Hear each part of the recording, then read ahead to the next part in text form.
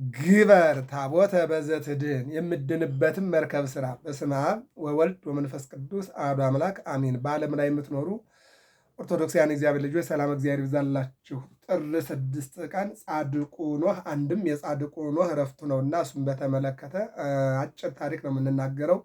ሰፊውን ነገ እንማማረዋለን በደብረ ይባቤ ቅዱስ ያሬድ ቤተክርስቲያን ረቡዕ ሳምንታዊ ልዩ ጉባኤያችን ስለሆነ በዛ ላይ ሰፋ ያለውን ታሪክ በዚያ እንማረዋለን። አሁን ግን ለመታሰቢያ አጠር አድርገን እንመለከት። ምን ይላናል? ግበር ታቦተ በዘትድን የምድንበትን መርከብ ስራ፣ የምድንበትን እነሆ ቤት ስራ፣ የምድንበትን አንድም መዳኛህን ስራ ነው የሚለው። ምንድን ነው የሚለው? ኦሪት ዘፍጥረት ምዕራፍ 6 ላይ ሄኖክ አካሄዱን ኦሪት ዘፍጥረት ምዕራፍ 5 ላይ መጽሐፈ ሄኖክ ምዕራፍ 6 ላይ ሄኖክ አካሄዱን ከእግዚአብሔር ጋር አደረገ። ሄኖክ አካሄዱን ከእግዚአብሔር ጋር ስላደረገ ሞት አላየውም፣ ተወሰደ፣ ተሰወረ ይላል።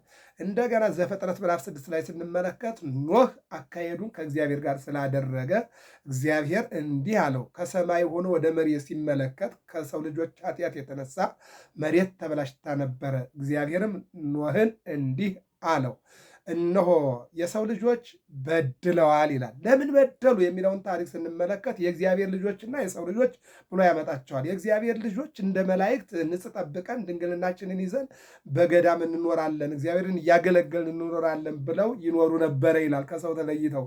የሰው ልጆች ደግሞ የቃየል ልጆች ማለት ነው፣ ያማሩ የተዋቡ ቁመታቸው የረዘመ መልካቸው ያማረ በዓለም ላይ ይኖሩ ነበር። አንድ ቀን ይላል የእግዚአብሔር ልጆች ወደ ተራራ ወጡና ዓለምን እንያት፣ እንቃኛት፣ እንመልከታት ብለው ተራራ ወጥተው ወደ ዓለም ሲመለከቱ የቃየልን ልጆች ተመለከቱ።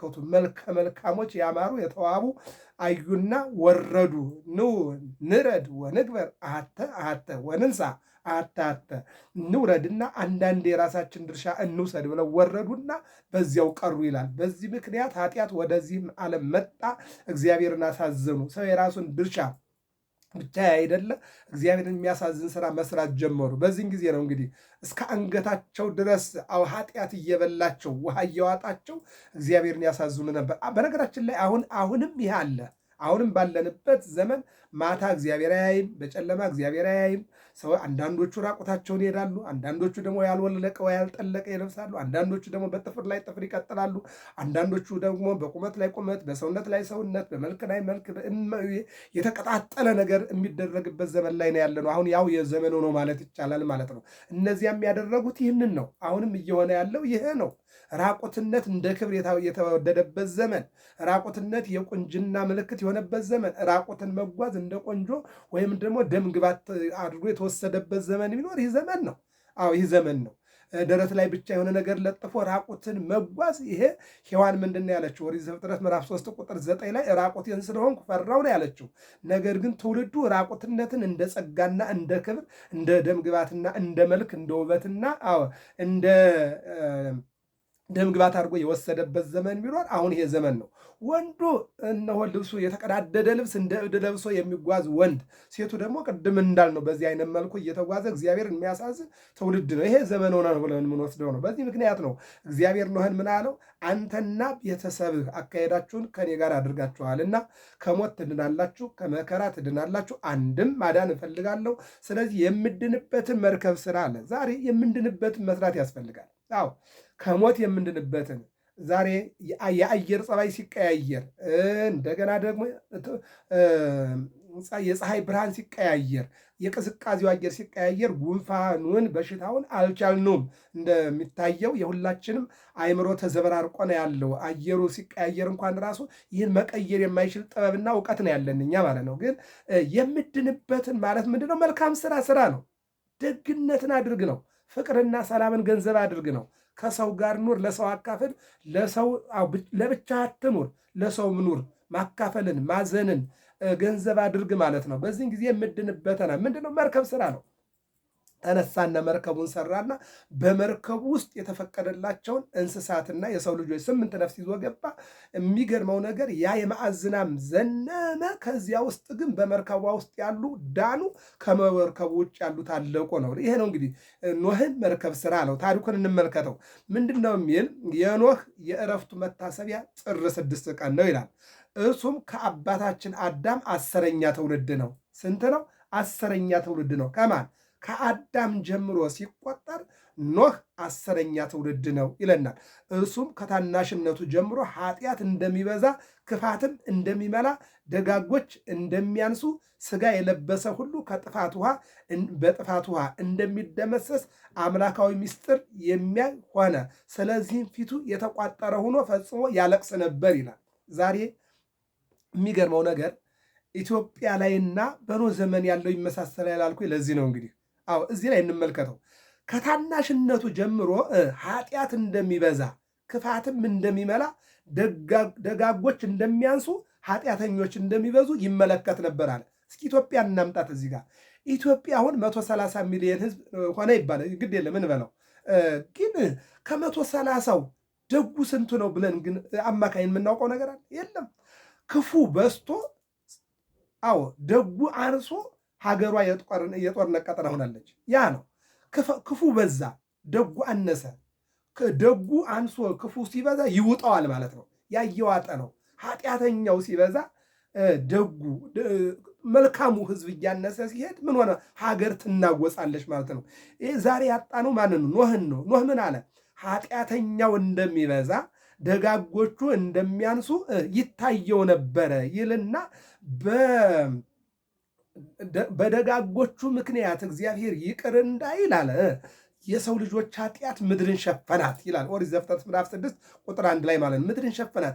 ከዚህ የተነሳ አለ በአምላካዊ ምስጢር ኖህ በብዙዎች ኃጢአት ምክንያት ዓለም በንፍር ውሃ እንደምታልቅ ይመለከት ነበር አለ። አየው፣ እኛም እኮ አልረዳ ያልን ይህንን ነው። ዛሬ በእውነቱ እልፍ ቢወለድ እልፍ ይሞታል እያል በሚወለደው ሕፃን የሚሞተውን እንትን እያለን ማካካሻ እያደረግን አይ ይህን ያክል ሰው ቢሞት ይህን ያክል ሕፃን ይወለዳል እኮ ብለን እየወሰድን ማለት ነው። በሌላ መልኩ ምን የህዝቡ ቁጥር ስለበዛ ሊቀንስ ፈልጎም ሊሆናል እያልን የማንለው ነገር የለም። በአጭሩ ግን የሰውን ብዛት ለመቀነስ እግዚአብሔር እርስ በርሳችን እንድንበላላ አይፈልግም። የሰውን ብዛት ለመቀነስ እግዚአብሔር ኮረና መጥቶ እንዲጨርሰን አይፈልግም።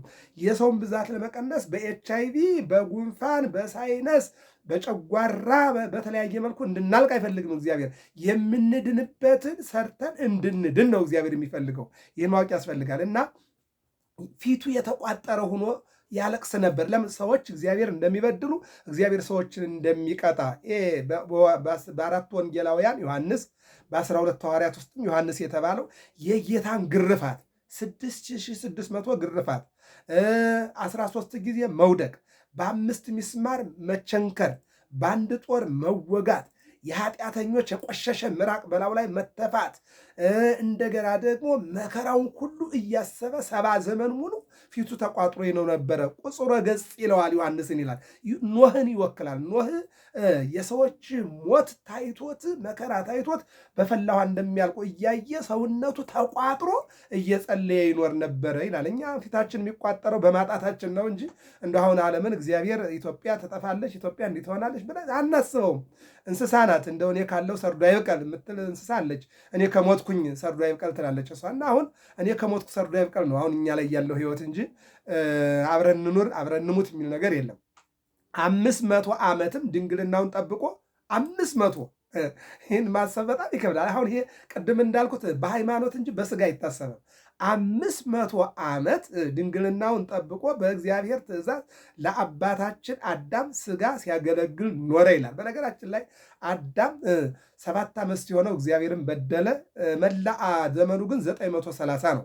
930 ዓመት ሲሆነው ሞተ። ሲሞት የአዳምን አጽም በሳጥን አድርጎ ሲጠብቅ የኖረው ነው። ምን ያስደንቃል? ዛሬ በአሜሪካ ስንት ዓመት አጽም እያስቀመጡ በሳጥን ወደ ኢትዮጵያ መጥተው እየቀበሩ እንዲ ወገኖቻችን። ስለዚህ የሚያስደንቅ ነገር የለም። ፈረንጅም መድኃኒት ቀምሞ ነው አስከሬኑን ያደረቀው። እነ ኖህ ደግሞ በጥበበ እግዚአብሔር በምስጢረ እግዚአብሔር ነው የአዳምን አጽም አድርገው በሳጥን ውስጥ አድርገው ይኖሩ ነበር። ይህን ነው የሚለው ለአባታችን አዳም ስጋ ሲያገለግል ኖረ። ስንት? 500 ዘመን። የሚገርም ነው።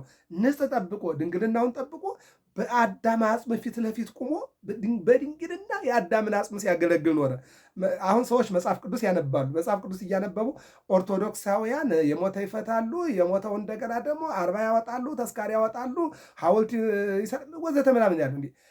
ለሞተ መጸለይ እኮ የሞተው ላለው ያለው ለሞተው መጸለይ እኮ ሰዋዊ ባህሪ እንጂ ሰዋዊ ነው። ሃይማኖትን አጠብቀውም። በቃ ምን ማለት ነው? ህሊና ካለህ እከሌ እኮ አባት እኮ ነበረ፣ አክስቴ ነበረ፣ ለእነዚያ ታስባለህ።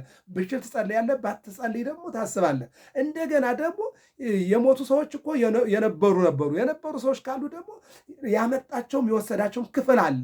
ስለዚህ እነሱ ለእኛ እኛ ለእኛ ደግሞ አለ ብሎ ማመን ህሊና ያስፈልጋል ማለት ነው። እና ለአባታችን አዳም ስጋ ሲያገለግል ኖረ። ከዚህ በኋላ ሚስት እንዲያገባ ጌታ አዘዘው ይላል። ከመቼ? ከ500 ዓመት በኋላ አዘዘው። ስጋ የለበሰ ሁሉ እንደሚደመሰስ ከእርሱ ዘር በቀር የሚተርፍ እንደሌለ ነገረው ይላል። ኖህ ሰው እንደሚበድል፣ ጻድቃን እንደሚያንሱ፣ ኃጥአን እንደሚበዙ፣ ደጋጎች እንደሚያንሱ፣ ክፉዎች እንደሚበዙ ተነግሮታል። በክፎቹ ምክንያት ዓለምን በንፍር ውሃ እንደሚያጠፋ ነግሮታል። ቀጠለና ግን አሁን መጣና መልአኩ ምን አለው? እነሆ ሁሉም ያልፋል፣ ያንተ ዘር ብቻ ነው የሚተርፈው። ስለዚህ ያንተ ዘር እንዲተርፍ ደግሞ አንተ ሚስት አግብተህ መውለድ አለብህ አለው። ማን ነው? መልአኩ። ለዚህ ነው አሁን በስንክሳር ላይ በገድላት ላይ ስናይ ትወልዳለህ፣ ትወልጃለሽ የምንመለከታቸው ለምሳሌ እመቤታችንን የወለደች ሐና ናት። ሐናና ኢያቄም፣ ለሐናና ለኢያቄም ቅዱስ ገብርኤል እንደሚወልዱ ነግሯቸዋል። አለቀ። ለዘካርያስ ኤልሳቤጥ ዮሐንስን እንደምትወልድ ነግሯታል። ለእመቤታችን ለድንግል ማርያም ቅዱስ ገብርኤል አምላክን ትጸንሻለች ትወልጃለች ብሏታል። ስለዚህ መላእክት ይመጣሉ ይናገራሉ ማለት ነው። ለዚህ ነው ምን አለው? ኖህን አንተ አግባ፣ ሚስት አግባና ትወልዳለህ። አንተ የምትወልዳቸው 3 ወንዶች ልጆች 3 ሴቶች ያገባሉ። ያንተ ሚስትና ያንተ ልጆች ከሚስቶቻቸው ጋር ሲደመሩ ስንት ይሆናሉ? 8። 8ቱ ከውሃ ይተርፋሉ፣ ሌላው ግን በሙሉ ያልቃል ነው። አለቀ። ይህንን እውነት ለማድረግ ምን ነው የአቡዚር ልጅ የሆነች ሃይከል የምትባል ሴት አገባ። ወደ እርሷም 3 ጊዜ ገባ። ሴምን፣ ካምን፣ ያፌትን ወለደ። 3 ልጆች ይባላሉ። አሁን ዓለም ከጠፋ በኋላ ዓለምን ይዘው የተገኙ እነዚህ ናቸው። እንደገና አዳም አልፏል። የአዳምን አጽም ታቅፎ የነበረው ኖህ እንደገና ምን አደረገ? 3 ልጆችን ሴም፣ ካም፣ ያፌት ናቸው። አሁን የዓለም ትውልድ ከ3ቱ የወጣ አይደለም። አሁን ድሮ አዳም ነበር አይደለ? ከአዳም አሁን ኖህ መጣ። ከኖህ መጣ ሴምና ካም፣ ያፌት ናቸው። አሁን እያንዳንዱ የዘር ሐረግ ይህንን የያዘ ነው። ከዚህ የወጣ የለም ማለት ነው። በነገራችን ላይ በዜማ ራሱ ዜማ አሁን ለምሳሌ እኛ ቤተክርስቲያን ዜማ አለ ወይ ይወፅ ምነሰለስቱ ዜማው እዝል፣ ግዕዝ፣ አራራይ ከ3ቱ የሚወጣ የለም ይለናል። ወደ ዘር ስንመጣ ደግሞ አሁን የዓለም ዘር ከ3ቱ ነው። ከማን? ሴም፣ ካም፣ ያፌት ይላል። ምንድን ነው ከተባለ ግን አሁን ለምሳሌ ምስጢረ ሥላሴ የአንድነት 3ነት ምስጢር የማያውቁ ሰዎች አሉ። ግን ሴምና ካም፣ ያፌት ከሆኑ የዓለም ቁጥርን ይዘውት የተገኙ ከሥላሴ 3ነት ያልነው ይህንን ነው ማለት ነው። እኛ አብ፣ ወልድ፣ መንፈስ ቅዱስ አንድነት ስንል አንድ እግዚአብሔር፣ 3ነት ስንል ደግሞ እነዚህ በእነዚህ የዘር ሐረግ የተገኘው ትውልድ ራሱ ይህን ያስተምረናል። ከዚህ በኋላ እግዚአብሔር ኖህን እንዲህ አለው፣ ከዚህ ከደብር ቅዱስ እንጨቶችን ቁረጥ፣ 4 ማዕዘን አድርገህ ለአንተ መርከብን ስራ፣ ውጯንና ውስጧንም የዶሮ ማርና ሙጫ ለቅልቃት አለው። ማን? እግዚአብሔር። አቆልቋዩን 300 ወርዷን 50 ቁመቷን 30 ክንድ አድርገህ ስራ አለው። ለዚህ ነው መዝሙረኛው ልበ አምላክ ዳዊት እመእግዚአብሔር የሐነጸ ቤተ፣ እግዚአብሔር ቤትን ካልሰራ ከንቶ ይጻምው ለያንጹ፣ የሚያንጹት ሰዎች ከንቱ ነው። አሁን አንዳንዱ ቁሞ አንዳንዱ ደግሞ ከተሰራ በኋላ ሲፈረካከስ ብዙ ነገር ነው። እግዚአብሔር ያልጠበቀው ሀገር፣ እግዚአብሔር ያላነጸው ቤት፣ እግዚአብሔር ያልመሰረተው ትዳር ውጤታማ አይደለም። ለዚህ ነው ለዚሽ መርከብ መስኮት አውጣላት፣ አንዲት ክንድ ስትቀር ለመጨረስም በደረሰች ጊዜ በዚያ የጎን ደጃፍ አውጣላት፣ የአዳራሿንም የአድራሽነቷ እርከንን ስራላት፣ የአድራሽነቷን መዳረሻዋንም እርከንን ስራላት ይላል። እርከንን ስራላት፣ 3 ክፍል አድርገህ ስራት። ስንት ክፍል? 3 ክፍል አድርገህ ስራት ይላል። የመጀመሪያው ክፍል ለአራዊትና ለእንስሳ ይሁን። 2ኛው ክፍል ለአዕዋፍና ለተንቀሳቃሽ ሁሉ ይሁን። 3ኛው ክፍል ለአንተና ለልጆች ከሚስቶች ጋር ይሁን። አየው። ለዚህ ነው ኦሪት ዘፍጥረት ምዕራፍ 1 ቁጥር 26 ላይ ወይቤ እግዚአብሔር ንግበር ሰብአ በአርአያነ ወበአምሳሊነ እግዚአብሔር እንዲህ አለ፣ ሰውን በአርአያችን እንደ ምሳሌያችን እንፍጠር አለና በአንድነቱ አንድ ሰው አንድነት አለው፣ አንድ ሰው ሶስትነት አለው። አንድነቱ ብንል አንድ ሰው አንድ ነው ስናየው አለ። ግን በአንድ ሰው ላይ ሶስትነት አለው። ልብ አለው፣ ቃል አለው፣ እስትንፋስ አለው፣ ምንድን ሐሳብ አለው፣ ንግግር አለው፣ ክንውን አለው ማለት ነው። ስለዚህ የሰው ልጅ የተፈጠረው በስላሴ ነውና ኑሮው ሁሉና የዘሩ ሐረግ ሁሉ ሶስትነትን የጠበቀ ነው ስንል አሁን ዓለም ያለው ሴም፣ ካም፣ ያፌት መርከቧ ላይ ደግሞ ስንገባ አሁን ደግሞ ሶስት አድርገህ ስራት መርከቧን ደረጃዋን ማለት ነው። ሶስት አድርገህ የመጀመሪያውን ለአራዊት ይሁን፣ ሁለተኛው ለአዕዋፋት ይሁን፣ ሶስተኛው ደግሞ ለአንተና ለልጆች ለሚስቶቻችሁ ይሁን አለና በሶስት መልኩ እንድትሰራ አደረገ ማለት ነው። በነገራችን ላይ በነገረ ሃይማኖት መርከብ ማለት ይቻ ዓለም ናት። ይቻ ዓለም በስላሴ የተገነባች ናት ማለት ነው። ይህን ነው የሚነግረን። በስላሴ የተፈጠረች ናት ማለት ነው። እንደገና የኖህ መርከብ ማለት ወንጌል ናት። ወንጌል አዎ፣ በወንጌል ውስጥ ያለው ሁሉ ከውሃ ከመከራ ይተርፋል። ከወንጌል የወጣ ግን ድህነት የለውም ነው። ሌላው መርከብ ማለት ይች ቤተ ክርስቲያን ናት። በቤተ ክርስቲያን ሁሉ በእምነት ሁሉ የሚኖሩ ማለት ነው ከመከራ ይድናሉ። ከቤተ ክርስቲያኗ ውጭ ያሉት ግን አዎ የሚተርፍ የለም ነው የሚለው። የመጨረሻው ያችን መርከብ ማለት ድንግል ማርያም ናት። በድንግል ማርያም አማላጅነት ያመነ አንቲሙ ለብርሃን የብርሃን እናቱ የአምላክ እናት ብሎ ያመነ ሁሉ ይድናል። አዎ ነገር ግን እሱንም አምላክ አይደለም እሷንም ደግሞ እናት አይደለችም ብሎ የሚያምን ሁሉ ከመርከብ ውጭ ያለው ሁሉ እንደጠፋ የዚህ አይነት ዕጣ ፈንታ እንደሚገጥመው ማወቅ ነው። እና ምን ይላሉ መተርጉማን? የኖህ መርከብ ማለት እመቤታችን ናት። የኖህ መርከብ ማለት ወንጌል ናት። የኖህ መርከብ ማለት እነሆ ቅድስት ድንግል ማርያም ናት ብለው ይናገራሉ። የኖህ መርከብ እነሆ ሶስትነት እንዳላት ወንጌልም ሶስትነትን ትናገራለች። ቤተክርስቲያንም ሶስትነቱን ትሰብካለች። ድንግል ማርያም ደግሞ አብ ለአጽንዖ ወልድ በተለየ አካሉ ሊጸነስ መንፈስ ቅዱስ ደግሞ ለአንጽሖ በሷ ሰውነት ላይ ሶስቱም ተገኝተዋልና ስለዚህ ያች የኖህ መርከብ ሶስት ደረጃ የሆነችው በዚህ ነው ክፍሏ የሚለውን ይናገራል። ሁለተኛም እንዲህ አለው፣ ከሚመገቧቸው መብሎች ሁሉ አስገባ፣ በአንተ ዘንድ አኑር፣ ለአንተ ለአውሬዎችም ለእንስሶችም ሁሉ ምግብ ይሆንልሃል። ሲሳየን ዘለለዕለትነ ማቴዎስ 6:6 ላይ የምናየው የዕለት እንጀራችን ስጠን ዛሬ። ምንድን ነው? በዚህ በኪዳን ላይ ምን ይላል? ወዘእንበለ ንስአሉ ፍትወተነ ዘእምፈቃዱ፣ እኛ ለምነኑ ሳይሆን ለእኛ የሚያስፈልገንን አውቆ በዝናብ አብቅሎ በፀሐይ አብስሎ የሚሰጥ አምላክ የሚመግብ አምላክ 600 ሺህ እስራኤላውያንን በግብፅ በረሃ ላይ ከሰማይ መና ወርዶ የመገበ ጥንጫ ላይ ውሃ አፍልቆ ያጠጣ በዮሐንስ ወንጌል ምዕራፍ 6 ላይ ለ5,000 ሕዝብ 2 ዓሣና 5 እንጀራ አቅርቦ ሁሉም ተመግበው ጠግበው 12 መሶብ እንዲነሳ ያደረገ ማለት እግዚአብሔር ማለት ነው። አሁን ለዚህ ነው አይነ ኩሉ ነፍስ ይሴፍ ወኪያከ የሁሉ አይን አንተን ተስፋ ያደርጋል። አንተ ትሁቦሙ ሲሳዮሙ በጊዜው በሰዓቱ በጊዜው እነሆ ምግባቸውን አንተ ለሰው ልጆች ትሰጣለህ። ለምሳሌ በእናቱ እቅፍ ያለ ልጅ በሰዓቱ ጡት ላይ ያገኝ ይችላል፣ ምግብ ላይ ያገኝ ይችላል። ለምን? የወለደችው እናት ስለሆነች። ወይም እንቅልፍ ሊይዛት ወይም ደግሞ ጡቷ ሊደርቅባት ወይም ምግብ ላይ ደርስላት፣ በዚህ ምክንያት ላይ በሰዓቱ በሚያስፈልገው ሰዓት ላትደርስለት ትችላለች። እግዚአብሔር ግን ከእናት በላይ እናት ነው፣ ከአባት በላይ አባት ነው። ለእኛ በሚያስፈልገን ሰዓት ለሕፃናት ወተት እንጂ ዳቦ ያስፈልጋቸውን ብሎ ወተትን ይመግባል። ለወጣቶችም እንደዚሁ፣ ለአረጋውያንም እንደዚሁ እግዚአብሔር የሚመግብ አምላክ ስለሆነ የሰው አይን ሁሉ አንተን ተስፋ ያደርጋል፣ አንተም ደግሞ በሰዓቱ ትመግባቸዋለህ። ምን ሰው ብቻ? የሉቃስ ወንጌል 13 ላይ ማቴዎስ 6 ላይ ተመልከቱ። ርዩ ጽጌአትህ ገዳም ርዩ ነጽሩ አዕዋፈ ሰማይ፣ የሰማይ ወፎችን ተመልከቱ።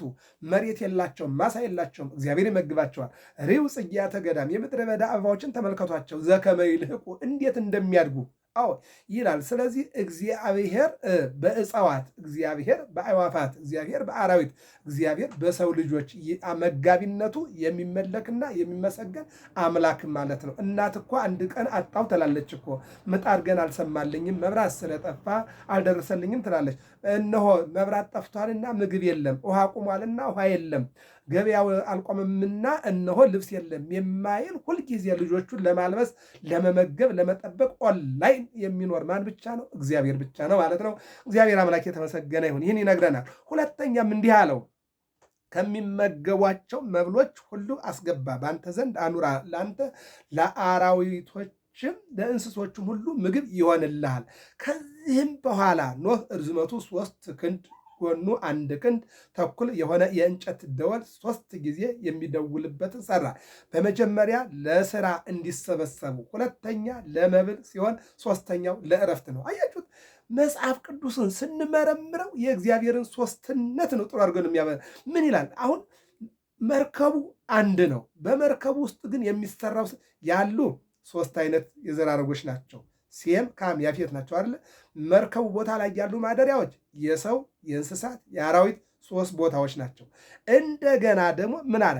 እነሆ የሚሰበሰብ መጀመሪያ ስራ አለ የሚሰበሰቡበት፣ ሁለተኛ ለመብል የሚሆን፣ ሶስተኛ ለረፍት የሚሆን። በዚያ ምግብ በተዘጋጀበት ቦታ ደግሞ ደወል ትደውላለህ አለ። ደወል 3 ጊዜ የሚደወልበት አለ። 3 ጊዜ የሚደወልበት አለ። አንደኛ እንዲሰበሰቡ፣ ሁለተኛ እንዲበሉ፣ ሶስተኛ እረፍት እንዲያደርጉ። ይሄ ገዳም ስንሄድ አሁን በገዳም ለምሳሌ ዝቋላ ብንሄድ፣ ደብረ ሊባኖስ ብንሄድ፣ ዋልድባ ገዳም ብንሄድ ገዳም ላይ ምን አለ? የጸሎት ሰዓት አለ፣ የምግብ ሰዓት አለ፣ የእረፍት ሰዓት አለ። በቀን አንድ ጊዜ ነው የሚመገቡት ማለት ነው። ስለዚህ በቀን አንድ ጊዜ 12 ሰዓት ላይ ለምግብ ይደወልላቸዋል። የእረፍት ሰዓት አላቸው፣ የአገልግሎት ሰዓት አላቸው።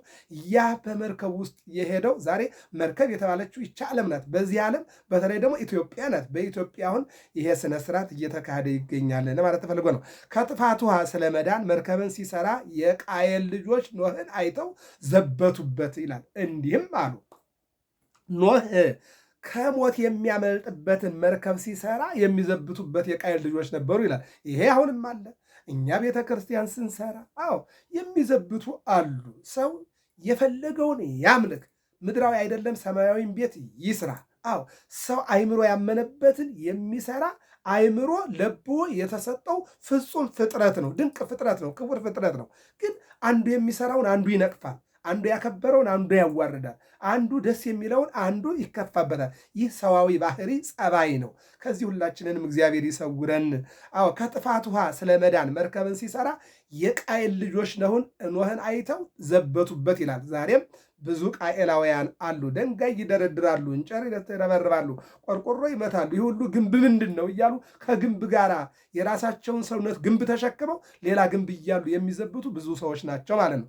ዘበቱበት እንዲህም አሉ ይህ ሽማግሌ አብዷል ያሉ። ሰው ዛሬ በኃጢአት እያበደ ባለበት፣ በተንኮል እያበደ ባለበት ሰዓት ላይ ቤተክርስቲያን ተሰራ ተብሎ፣ ለድሃ ተመጸወተ ተብሎ፣ ድግስ ተደገሰ ተብሎ፣ በዓል ተከበረ ተብሎ ሰዎች ብዙ ቃኤላዊ ባህሪ ያለባቸው ሰዎች አሉ።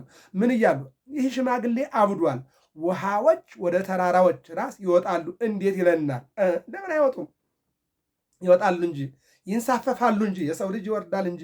ይህን እያሉ ይዘብቱበት ነበር። ከዚህ በኋላ ኖህ የአባታችን አዳምን ስጋ ወሰደ። ሴም ወርቁን፣ ካም ከርቤውን፣ ያፌት ዕጣኑን ወስደው ወደ መርከብ አስገቡ ይላል። ይሄ ነው አሁን ሰብአ ሰገል ባለፈው በገና ጾም ወይም በታኅሳስ የገና ሰብአ ሰገል 3 ነገስታት ዕጣን ለክህነቱ ከርቤ ለሞቱ ወርቅ ለመንግስቱ አመጡ ብለን ያልነው አዳም አጽም ጋር የኖህ ልጆች ይዘውት የገቡት ነው። ልርገመው። ከዚህ በኋላ ኖህ የአባታችን አዳምን ስጋ ወሰደ ይልና ሴም ወርቁን፣ ካም ከርቤውን፣ ያፌት ዕጣኑን ወስደው ወደ መርከብ አስገቡ ይላል። አሁን ተመለሰ ማለት ነው። ሰብአ ሰገል ከምስራቅ መጠው ለጌታ ያቀረቡት ስጦታ ከኖህ የመጣ ነው። አየው ኑሮ ማለት ቅብልብሎች ስለሆነ ማለት ነው። ይሄ ወጣቶቹ እንጨት እየተወራወሩ እንደሚቀባበሉ በኳስ ሜዳውም ደግሞ ኳሷን አንዱ ወደ አንዱ እንደሚወረወር ትውፊት ማለት ቅብልብሎች ነው። የዘመነ ብሉይ ነበረ፣ የአበው ዘመን ነበረ፣ ዘመነ ነቢያት ነበረ፣ የሐዋርያት ዘመን ነበረ፣ የጌታ ዘመን ነበረ። አሁን ያለንበት ዘመን አለ፣ እኛም ማንኖርበት ዘመን አለ። ቅብልብሎች ማለት ይሄ ነው። ስለዚህ ከዚያ ይህንን ይዘው ገቡ ይላል። ከዚህ ቀጠለና ምን አለ? ኖህም ወደ መርከብ ገባ። ሚስቱ ልጆቹና የልጆቹ ሚስቶች ከጥፋቷ ለመዳን ከእርሱ ጋር አብረው ገቡ። ከጥፋት ለመዳን ሁላችንም ወደ ሃይማኖታችን ወደ እምነታችን እንድንገባ እግዚአብሔር ይርዳል። ወደ ሰው መሆናችን እንግባ። አውሪያዊ ባህሪ ለማንም አይጠቅም። ዛሬ የሰው መሞት እንደ አሞራ ወይም ደግሞ ትናንትና እናቶቻችን እያበሉ ያሳደጉት በግ አይታረድብን ብለው የሚያዝኑ እናቶች የነበሩባት ኢትዮጵያ ዛሬ እርስ በርሱ መበላላትና መገዳደል የሚጠቅም ስራ አይደለ። ወደ ሰውነታችን እንድንገባ እግዚአብሔር ይርዳል። የምንገባው ደግሞ ለምንድን ነው? ለመዳን ነው። አዎ ሁሉ መዳንን ይወርሱ ዘንድ። አዎ ሁሉ መዳን እንዲድኑ እግዚአብሔር ይፈልጋል። እግዚአብሔር ማንም እንዲሞት አይፈልግም። ማንም እንዲራብ፣ እንዲጠማ፣ እንዲሰደድ አይፈልግም። የምንፈልግ እኛና እኛ ብቻ ነን። ክፉዎች እኛ ነን። አንዱ አንዱን የሚገል፣ አንዱ አንዱን የሚያሳድድ፣ አንዱ ስለ አንዱ መልካም ነገር የማያስብ ትውልዱ ነው። እግዚአብሔር ግን ለሰው ያስባል። እንጨርሰው። ኖህም ወደ መርከብ ገባ። ሚስቱ ልጆቹና የልጆቹ ሚስቶች ከጥፋቷ ለመዳን ከእርሱ ጋር ገቡ። ከንጹሐን እንስሳትና አይዋፍ ተባይትና እንስት 77 ንጹሐን ካልሆኑ እንስሳትም 2 ሴትና ወንድ አድርገህ ግባ አለው። ከዚህም በዚያች ቀን ምንጮች ሁሉ ተነደሉ፣ የሰማይ መስኮት ተከፈተ። ይህ ነው እንግዲህ አሁን ትልቁ ነጥብ እዚህ ጋር ነው። የቃየል ልጆች ቅድም ሲያፌዙ ነበረ። መርከብ ሲሰራ መስኮቱን በሩን ሲያስተካክል የሰው መኖሪያ፣ የአዕዋፋት መኖሪያ፣ የአራዊት መኖሪያ እያለ ሲያስተካክል ጃጃ ሽማግሌ እንዴት ነው አይምሮ አብዷል እንዴ እያሉ ይስቁበት ነበር። አሁን ላይ ግን ምን ሆነ? ኖህ ከነ ሚስቱ ከነ ልጆቹ ከነ አዕዋፋቱ ከነ ተፈቀደላቸው ወደ መርከብ ሲገባ የሰማይ መስኮቶች ተከፈቱ። ዓለም በውሃ ተጥለቀለቀች። ምን አለ? በምድር ላይ ከዚያም በዚያች ቀን ምንጮች ሁሉ ተነደሉ፣ የሰማይ መስኮት ተከፈተ። በምድር ላይ 40 ቀንና 40 ሌሊት ዝናብ ሆነ። ውሃው ሞልቶ መርከቢቱን አንሳፈፋት፣ ምድርንም ለቀቀች ይላል። ተንሳፈፈች ወደ ላይ ወደ ሰማይ 30 ማይል ከፍታ። የሰው ልጅ አሁን 1 ክንድ መውጣት አንችልም። 30 ማይል ከፍታ የአንድ አውሮፕላን ጉዞ ማለት ነው።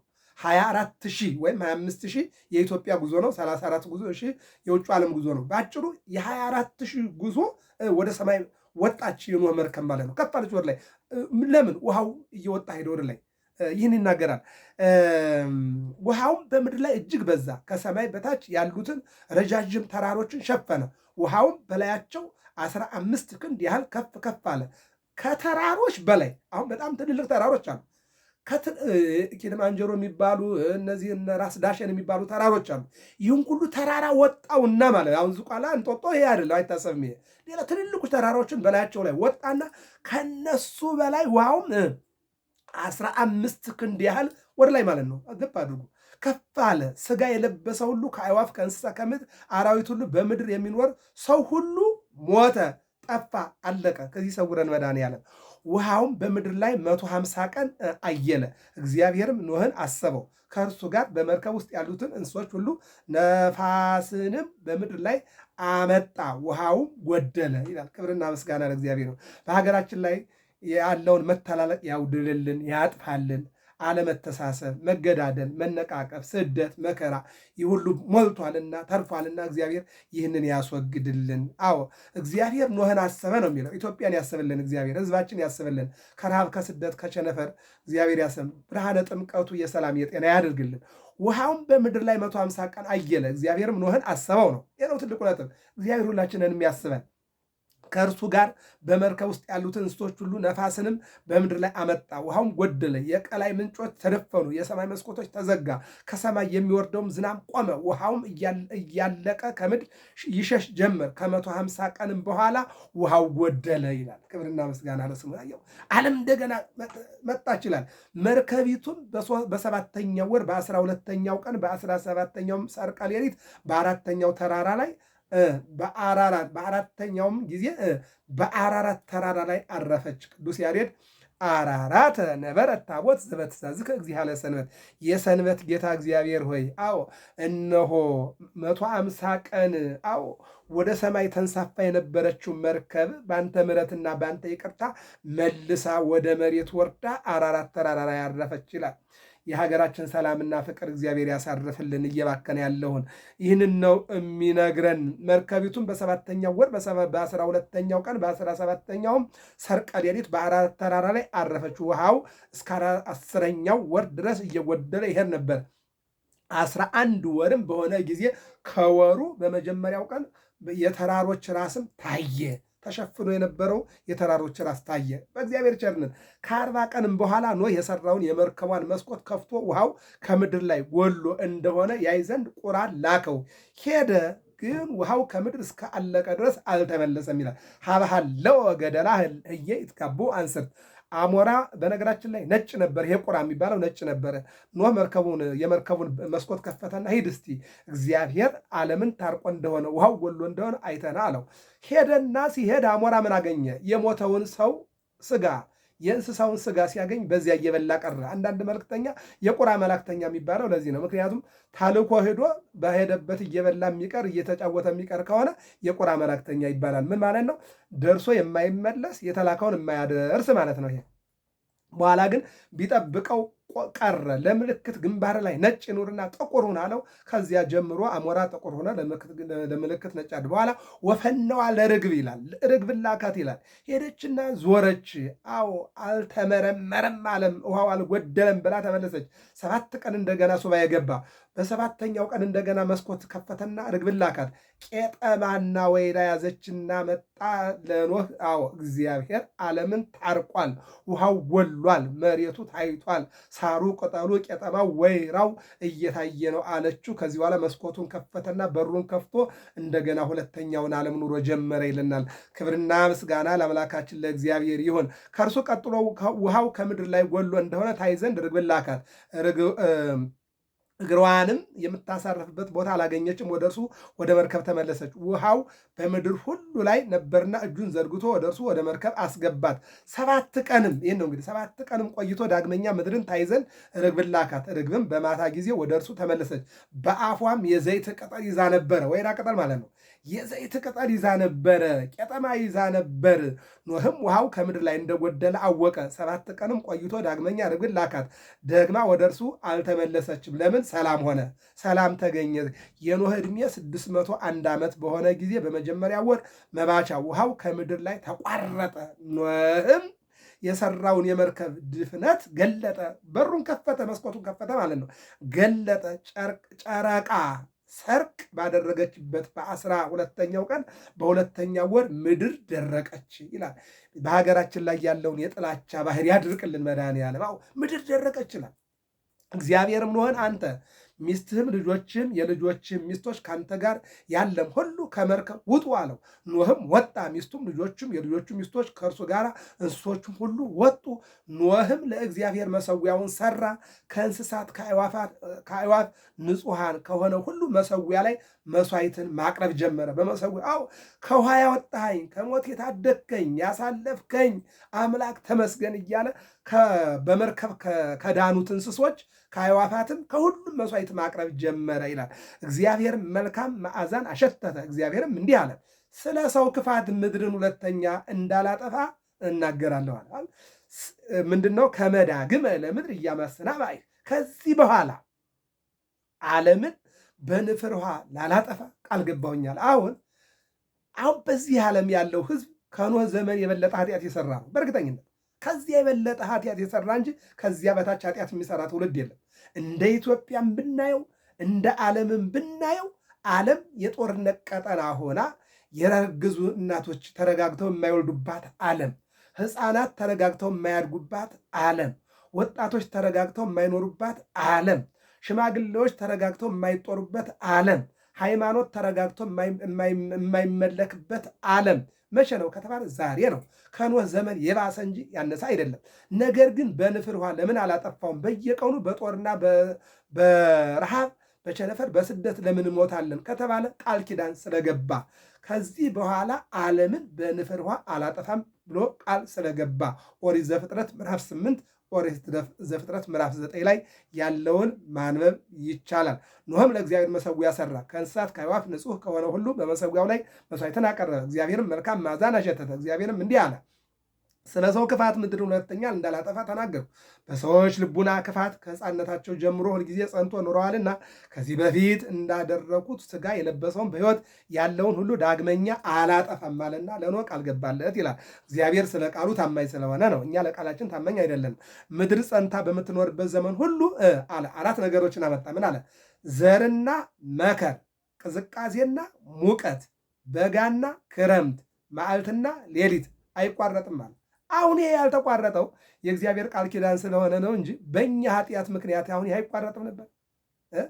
በእኛ ኃጢአት፣ እንደኛ ክፉነት፣ እንደኛ በደል እነዚህ 4 ነገሮች ይገኙ ነበር። እስኪ እንየው። መጀመሪያ መዝራት በማጭድ፣ ቅዝቃዜ በሙቀት። አሁን ቅዝቃዜ ብቻ ቢሆን እንድናለን? ሙቀትስ ብቻ ቢሆን እንድናለን?